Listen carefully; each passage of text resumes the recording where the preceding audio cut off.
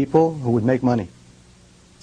As far as military aid, if America thinks that Israel is not worth it, it should not give Israel a penny.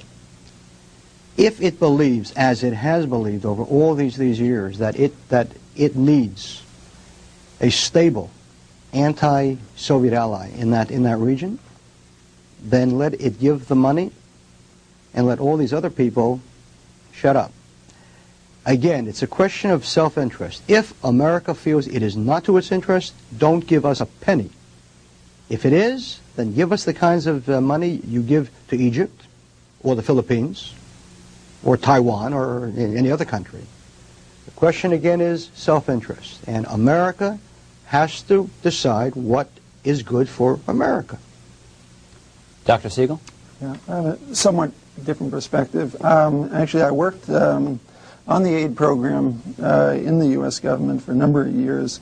My own belief is that the large amount of aid that we give to Israel, and we also give to Egypt, basically emerged out of the 73 war between Israel and Egypt. And it was basically part of the way in which the U.S. sweetened the pot and met the demands, in some case economic demands, in some case security demands, of the two parties. But put in crude terms, what the U.S. has done with the money is that it helped to buy peace between Israel and Egypt, and the aid that it provides helps to stabilize that peace. My own feeling is that it's worked for 10 years, that relative to many other things that we as Americans might do with our own money, whether it's spending it on our private lives or spending it on other programs, buying peace in that part of the world, it seems to me, is a worthy outcome, and we've gotten an important part of that peace, and if we can extend it more deeply, I think it would be an expenditure well made. All right, let me interrupt to say that given the rate we're going, this next call will be the last one we take, and we've got to take it now, and it's from Dallas, Texas. Go ahead, please. Yes. I want to ask Dr. Rabbi Kahane, what gives a Jewish guy from the Bronx the right to go to the Palestine and request, and he stated clearly that he wants to throw the Palestinian out of the West Bank and everywhere so there'll be enough Jews in there to have a majority. What gives him that right to be an American citizen, an Israeli citizen, and the Palestinians have no place to be citizen of? Okay, thank you. Okay, let's get things clear here now.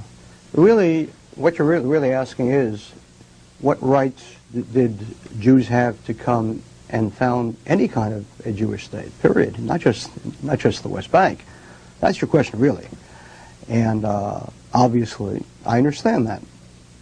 You were opposed to a Jewish state, period. You think that it is Palestine, that there is no difference between Jaffa and Hebron. You think that Haifa is also yours. I understand that. The reason that Jews have a right to be there is because it's our country. I'm a Bible believer. God gave us that country.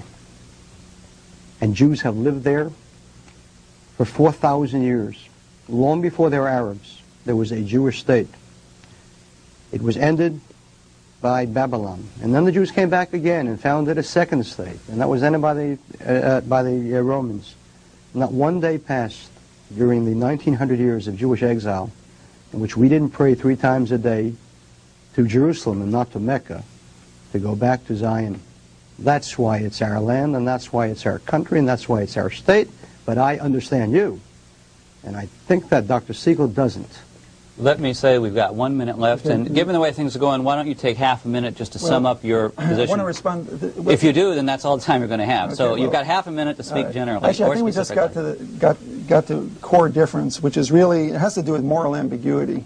Our basic view is that the Jewish people did have a right to establish a Jewish state in the Middle East, but at the same time, while we had the right to do that, there's no doubt that the establishment of that state did involve things that were unfair and unjust to the Palestinian population that was there. Our belief is that sometimes there are situations in the world which can be justified even if they involve unfairness, but there are limits.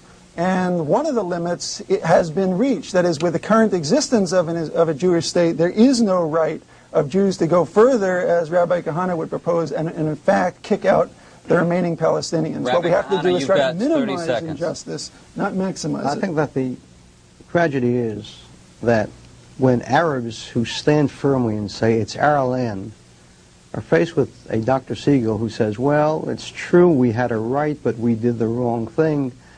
Any objective person listening to Dr. Segal and an Arab would say the Arab is right. Well, Dr. Segal is wrong, and the Arab is wrong. We have a right to be there. We did nothing wrong. We came back to our land and found people who had occupied our land. There are 22 Arab countries. God bless them all. Let the Arabs who live inside Israel live with their brothers and their sisters. Thank you, Rabbi Kahane, and also Dr. Segal. We appreciate your time this evening. And thanks to our audience for watching. Have a good evening.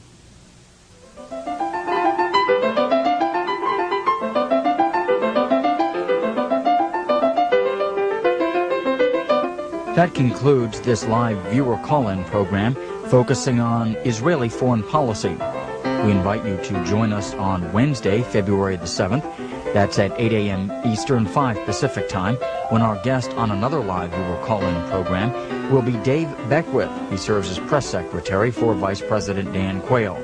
That's a live viewer call-in program with Vice President Quayle's press secretary, Wednesday beginning at 8 a.m. Eastern, 5 a.m. Pacific time. Coming up next, we break or look at the schedule, then bring you a hearing held to look at the defense budget.